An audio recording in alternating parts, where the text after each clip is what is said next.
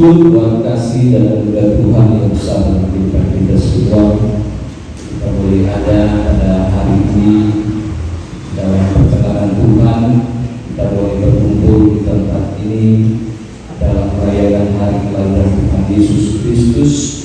Dia telah lahir, dan kelahiran Yesus merupakan fakta sejarah yang terjadi pada 2021 tahun lalu berdasarkan kalender internasional yang ada sekarang ini. Oleh sebab itu, sebagai orang yang beriman, yang meyakini bahwa benar bahwa Yesus telah lahir ke dalam dunia ini, dan bahkan kita juga meyakini bahwa Dia telah mati, bangkit, dan naik ke surga. Bahkan satu keyakinan kita lagi bahwa Dia akan datang kembali ke dunia untuk menjemput orang-orang yang percaya, yang setia dan mengasihi Tuhan. Nah, oleh sebab itu kita merupakan orang-orang beriman yang merupakan bagian di dalam gereja Tuhan. Maka kita bersekutu pada hari ini, bersukacita untuk merayakan suatu momen yang sungguh luar biasa, momen ajaib, terajaib di sepanjang sejarah dunia, akan kelahiran Yesus Kristus yang bisa dikatakan belum pernah ada terjadi dalam dunia. Kelahiran tanpa hubungan antara pria dan wanita, tetapi dia bisa bertemu dalam rahim atau dalam kandungan Maria, dan melalui proses-proses secara lahiriah kemudian dia lahir. Dan kelahiran Yesus Kristus itu merupakan kelahiran yang mungkin bagi sebagian orang, bahkan sebagian besar, atau mungkin hampir semua, bahkan mungkin semua, tidak ada yang sama seperti Yesus yang lahir di kandang Maria.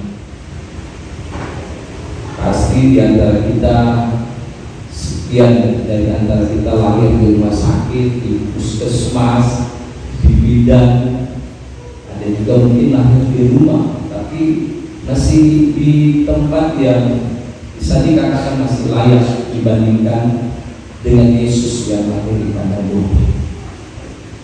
Dan kita juga diingatkan banyak hal yang terjadi dalam momen Natal. Ada banyak hal, banyak makna yang kita bisa lihat dalam peristiwa kelahiran Tuhan kita Yesus Kristus. Tetapi pada hari ini kita akan melihat di dalam Injil Matius pasal 1 ayat 18 sampai ayat yang ke 25. Kita akan membacakan bersama-sama. Kita akan membacakan secara bergantian. Saya akan membaca ayat 18. Bapak Ibu sudah terjemah Tuhan ayat 19 dan seterusnya sampai pada ayat 25. Ayat 18 saya baca. Kelahiran Yesus Kristus adalah sebagai berikut. Pada waktu Maria ibunya bertunangan dengan Yusuf, ternyata ia mengandung dari Roh Kudus sebelum mereka hidup sebagai suami istri.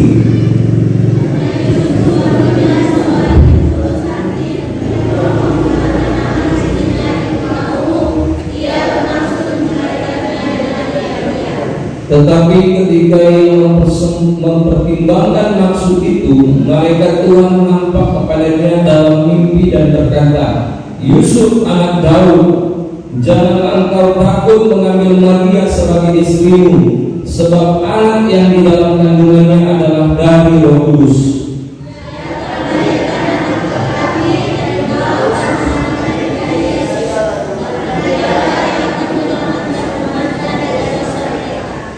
Hal itu terjadi supaya genaplah yang difirmankan Tuhan oleh Nabi. Sesungguhnya dari kandungan telah lahirkan seorang anak laki-laki,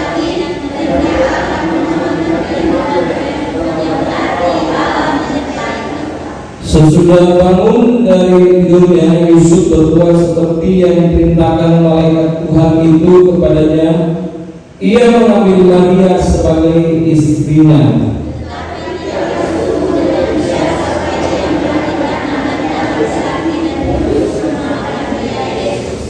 Sekali lagi, ada begitu banyak makna dalam peristiwa kelahiran Tuhan Yesus Kristus.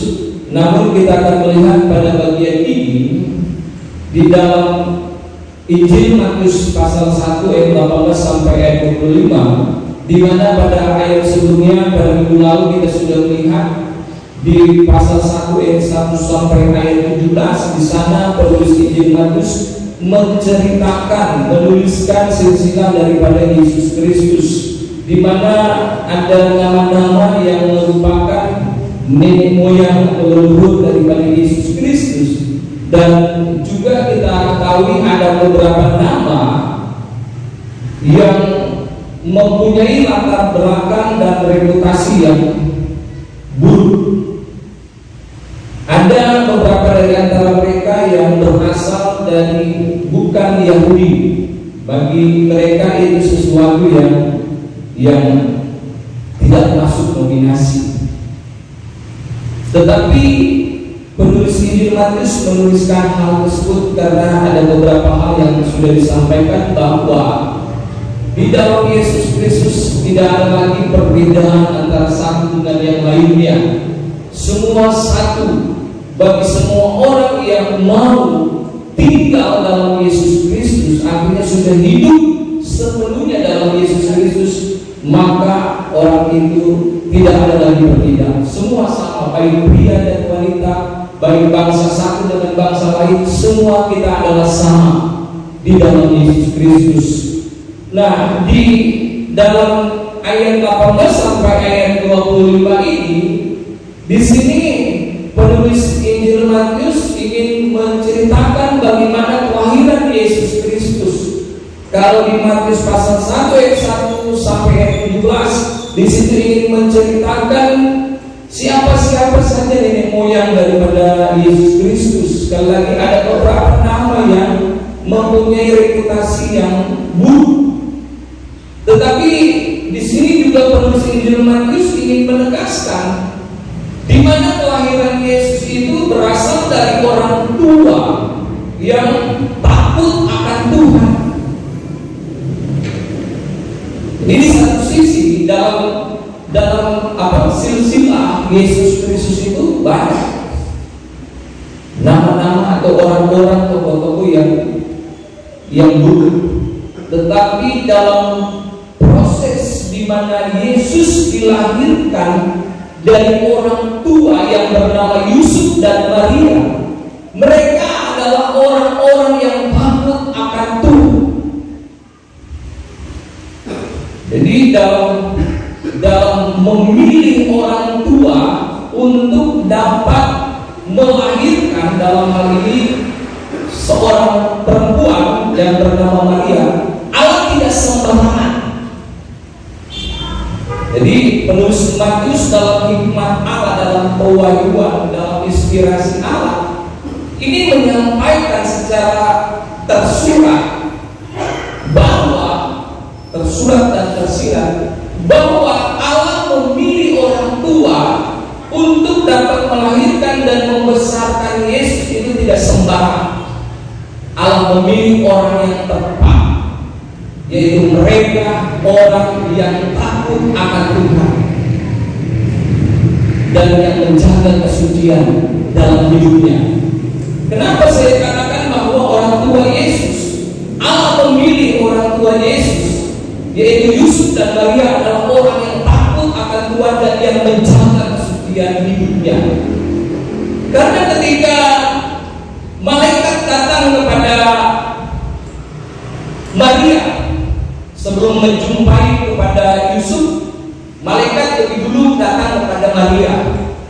Tercatat di dalam Lukas pasal 1. Di situ malaikat datang kemudian mengatakan kepada Maria, "Hai kamu yang dikaruniai oleh Allah." Terkejutlah Maria mendengar hal itu. Dalam hatinya bertanya, apa maksud perkataan daripada malaikat itu? Kemudian malaikat mengatakan bahwa engkau akan mengandung seorang anak laki-laki yang berasal dari Allah. Dialah Allah yang Maha Kuasa dan seterusnya. Kemudian Maria berkata, bagaimana mungkin? Bagaimana mungkin itu bisa terjadi? Saya belum bersuami. Statusnya masih bertunangan pada saat itu.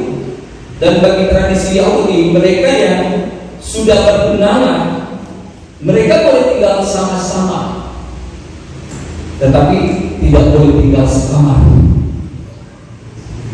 Itu tradisi Yahudi. Dan mereka yang sudah masuk dalam pertunangan Yahudi itu 2 kali. Pertunangan pertama itu terjadi pada mereka masih kecil. Jadi antara orang tua satu dengan orang tua lain mungkin ada hubungan kerabat, mempertemukan anak-anak mereka, kemudian dipertunangkan, diikat supaya besar mereka nanti kalau sudah berusia mereka akan dipersatukan seperti itu. Dan Yusuf dan Maria ini sudah masuk pada pertunangan kedua, tinggal menunggu waktu. Dan menurut tradisi Yahudi, pertunangan kedua itu berlangsung 1 tahun. Sesudah itu mereka harus menikah. Nah, seperti itu. Nah, dalam tahap pertunangan tersebut, ya mereka boleh bersama-sama berjumpa dengan yang lain, satu yang lain, yang laki-laki dengan yang perempuan, tetapi tidak diperkenankan untuk melakukan hubungan selayaknya suami istri.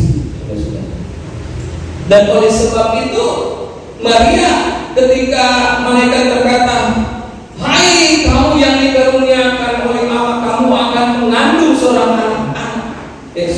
anak laki-laki. Maria langsung itu, bagaimana mungkin? Kan kalau mungkin Maria pernah coba-coba, ya kan? Paling Maria pikir-pikir, panas kan? Dia pikir-pikir apa ya? Oh, itu waktu malam tahun baru, pas asik perayaan, mau menyambut perayaan. Wah, iya, ya kan? Dia kan pikir-pikir dulu.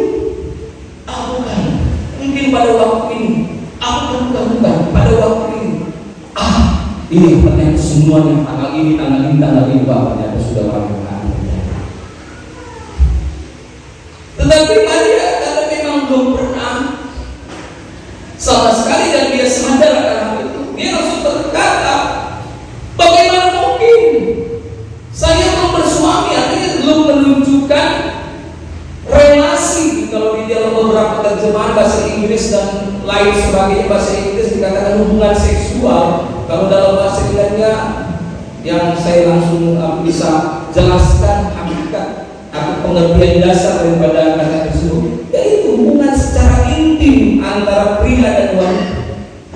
Maria, saya belum pernah. Bagaimana mungkin? Secara logika Maria langsung berpikir dan menanggapi pernyataan daripada malaikat tersebut. Maria menjaga kesucian hidupnya. Saya itu waktu pacaran dengan ibu gembala, jalan-jalan naik motor, ibu gembala juga di belakang. Saya bawa motor ini, Pak. Ibu yang buahnya mungkin yang sudah oblek, yang ternyata duduknya jauh sekali di belakang.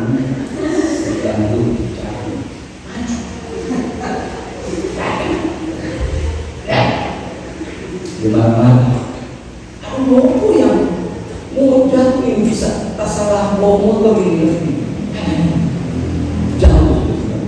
Pokoknya siksa waktu pacaran dalam mobil kunci. Tapi setelah tahu rapat, kita pernah mundur sedikit. Wah, dia garis marah. Dulu waktu pacaran kita suruh rapat marah-marah. Sekarang suruh jauh marah-marah juga. Ibu gembala bilang jangan mendekati, bahaya. Nah, ini Maria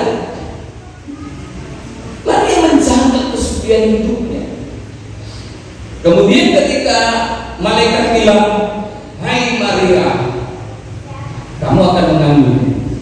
Kemudian Maria bilang, "Jadilah sesuai perkataanmu kepada hamba-Mu."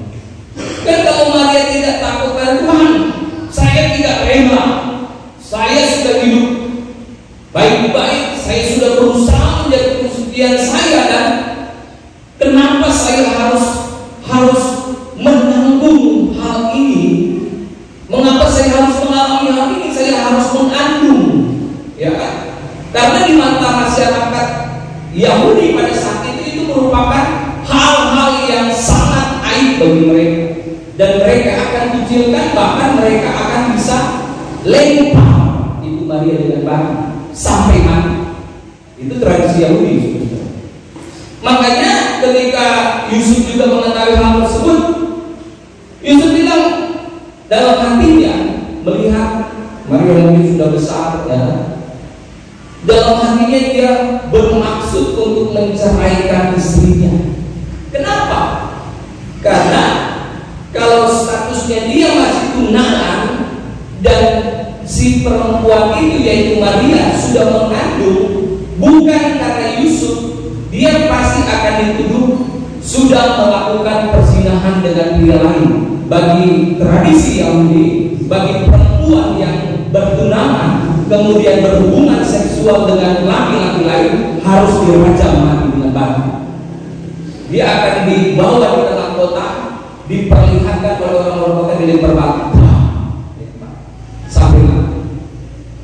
Seperti itu. Makanya Yusuf orang yang baik, luar biasa. Yusuf laki-laki, dia sudah ternodai sebenarnya, sudah terlukai oleh perbuatan yang bagi mata kasat mata Yusuf, wah ini Maria ini sudah berbuat jahat, sudah berselingkuh. Tapi ya terimalah dengan keadaan. Itu pikiran dia pada saat itu, pikiran Yusuf. Terimalah. Tapi jangan biarkan ini terjadi terus. Kalau masyarakat tahu Maria sudah melakukan hubungan dengan lain, Maria akan dihukum mati. Makanya dia harus menceraikan. Jadi status pertunangannya itu diputuskan supaya Maria tidak menanggung hukuman seperti itu. Itu maksud Yusuf.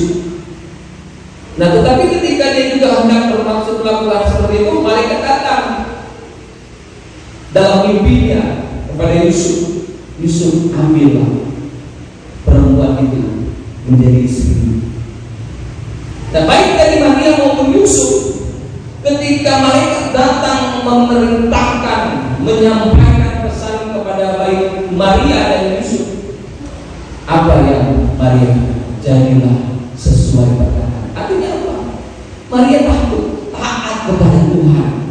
Apapun yang Tuhan berbuat dalam kehidupan Maria, Maria sudah berusaha dalam hidupnya menjaga kesucian hidupnya.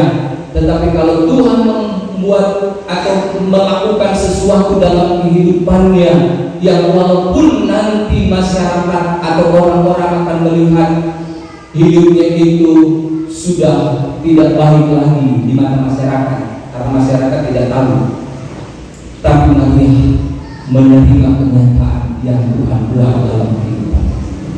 Jadilah sesuai perkataan, aku ini hamba. Maria takut akan Tuhan. Maria menjaga kesucian. Begitu juga Yusuf. Ketika malaikat berkata seperti itu, Yusuf tidak ada komentar. Dan pada akhirnya di ayat 23, ayat selanjutnya, Yusuf mendampingi Maria sampai Yesus dilahirkan, bahkan sampai besar. Ini tandanya apa? Kedua orang tua Yesus adalah orang-orang yang takut akan Tuhan. Kalau di ayat-ayat sebelumnya Matius menceritakan leluhur daripada Yesus adalah orang-orang yang ada beberapa yang buruk, tetapi dalam melahirkan Yesus, kedua orang tua Yesus adalah orang yang takut. Nah, sekarang ini kita merayakan Yesus Kristus, merayakan hari kelahiran Tuhan Yesus Kristus, dia bukan lagi sebagai bayi. Dia sudah naik ke surga secara eksistensi atau keberadaannya, dia berada di surga. Tetapi secara imanensi, dia hadir dalam setiap kehidupan kita semua. Kita merayakan hari kelahiran Tuhan Yesus Kristus, tetapi kita bukan hanya sekedar merayakan hari kelahiran Tuhan Yesus Kristus. Kita memang perlu, saya tidak katakan wajib, tetapi perlu kita merayakan, celebrate, merayakan sedemikian rupa. Bukan seperti kalau kita lihat, kalau anak kita atau keluarga kita berhari ulang tahun, ya kan? Kalau perlu mau bikin semewah, sehebat, sebagus mungkin, rela menghabiskan uang sebanyak mungkin, bahkan kalau perlu utang, ya kan? Iya, betul kan? Tapi terkadang coba kita lihat tahun ini, tahun itu dan sebagainya, ketika kita merayakan hari kelahiran Tuhan Yesus Kristus, berapa? Kita mau sumbang berapa? Ya kan? Benar, saudara-saudara. Kalau terhadap keluarga kita, begitu ekspresi kita, begitu antusias, begitu penuh pengorbanan, ya kan? Tapi ketika kita merayakan hari kelahiran Tuhan Yesus Kristus, sedang mau masuk gereja saja ada, ya kan? Sedangkan mau, ya memang merayakan Yesus itu harus dengan kesederhanaan, tapi hati kita harus begitu antusias. Ketika kita beribadah merayakan hari kelahiran Yesus, kita harus bersemangat. Coba kalau hari ulang tahun anak-anak, anak semangat gitu, ya kan? Orang-orang tua juga yang ikut mendampingi lah semangat. Itu cuma anak-anak biasa. Ini anak Allah, ini anak biar anak Allah, anak raja di atas segala raja. Ya, ini pantas seperti ini. Tapi di sisi lain, selain kita merayakan, kita harus penuh dengan antusias, tetapi kita juga harus memahami, menyadari bahwa kita merayakan hari kelahiran Yesus Kristus itu, dan kita juga harus mengekspresikan, melahirkan Yesus Kristus itu dalam hidup kita. Bukan sekedar merayakan hari kelahiran Tuhan Yesus, tetapi kita juga harus melahirkan Kristus dalam hidup kita. Maria Tuhan karuniai, Maria Tuhan perkenankan untuk mengandung dan melahirkan Yesus Kristus. Kita pun juga punya tugas untuk melahirkan Kristus dalam hidup kita. Mungkin kita bertanya lagi, kenapa kita harus melahirkan Yesus Kristus? Apa maksudnya kita melahirkan Yesus Kristus? Tadi saya katakan bahwa Yesus Kristus itu, keberadaannya itu dia sedang di surga bersama dengan Bapa di surga. Tetapi secara imanensi dia hadir dalam kehidupan kita. Dan berkaitan dengan melahirkan Yesus Kristus, seperti Maria mengandung dan melahirkan Yesus Kristus, bukan lagi keberadaannya, tapi hakikat dan sifat-sifat Kristus harus lahir, harus keluar, harus terekspresi dalam hidup kita. Sifat-sifat Kristus, kita harus melahirkan Kristus, yaitu sifat-sifat Kristus dalam hidup kita. Apa sifat-sifat Kristus? Kristus itu taat dan setia kepada Allah. Sifat itu yang harus kita wujud nyatakan dalam hidup kita. Kita bukan sekedar merayakan, tetapi harus melahirkan Kristus juga dalam hidup kita, sama seperti Maria. Melahirkan sifat Kristus, yaitu taat dan setia kepada Allah. Melahirkan sifat Kristus yang melakukan kehendak Allah, sama seperti Maria, jadilah sesuai perkataanmu. Itu Ibu Yesus. Makanya Yesus ketika hendak menuju salib, Bapa, biarlah kehendakmu yang jadi. Dia sifat dari Maria juga turun kepada Kristus, taat. Begitu juga hidup kita. Kita juga harus mengekspresikan sifat Kristus dalam hidup kita, yaitu taat kepada Allah. Kristus orangnya rendah hati, sangat rendah hati, tidak sombong, tidak menunjukkan segala hal dalam hidupnya demi kepentingan dan kebanggaan dirinya, tetapi dia mau menunjukkan kuasa Tuhan supaya mereka memuliakan. Banyak hal, saudara. Yesus orangnya penuh pengorbanan. Dia korbankan tenaganya, waktu, hidupnya, bahkan jiwanya dia korbankan bagi kita semua. Yesus orang yang sabar. Yesus orang yang penuh damai. Tidak ada konflik dalam hati. Yesus tidak gampang tersinggung. Hidupkan itu dalam hidup kita. Lahirkan sifat-sifat Kristus itu dalam hidup kita. Ya, Maria itu dianggap sebagai ibu Allah. Karena apa? Sesuatu yang luar biasa bagi golongan tertentu. Dia sangat diistimewakan, bahkan dia diagung-agungkan oleh salah satu golongan. Ya, karena itu begitu hebatnya melahirkan Yesus Kristus yang adalah anak Allah. Begitu juga kalau kita mau melahirkan sifat Kristus dalam kehidupan kita, maka kita akan diagungkan oleh Allah dalam hidup. Banyak sifat Kristus. Ini yang harus kita ekspresikan dalam hidup kita. Kalau bukan cuma sekedar kita merayakan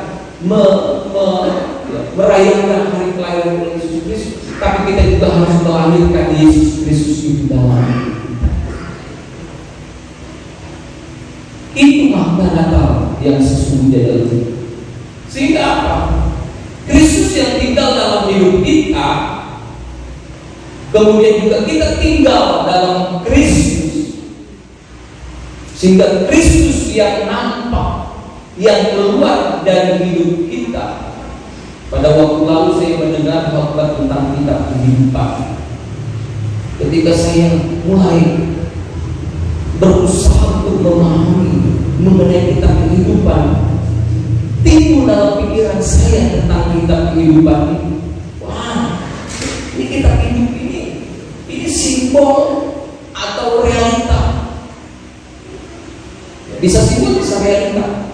Tetapi secara simbol juga kitab kehidupan itu ingin menunjukkan bahwa kitab kehidupan itu adalah Kristus itu sendiri. Kristus itu sendiri. Sehingga ketika nama kita tercatat dalam kitab kehidupan, maka kita akan bersama-sama dia menikmati kerajaan Allah. Ada di medsos, ada kata orang berstatus apostik.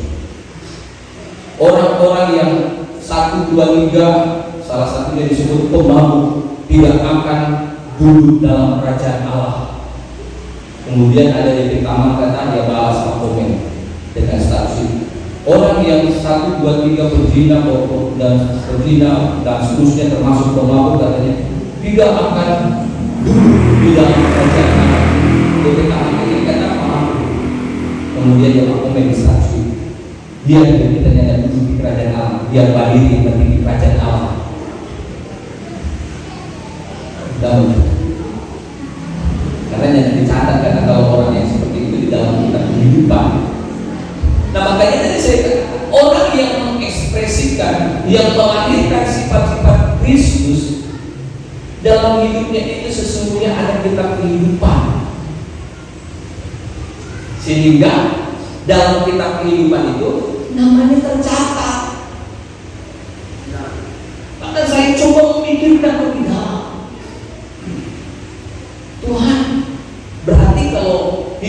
saya, hidup kita semua mengekspresikan, melahirkan sifat-sifat Kristus di sepanjang kehidupan kita, maka kelak nanti ketika kita dibacakan ada nama kita dalam kitab kehidupan.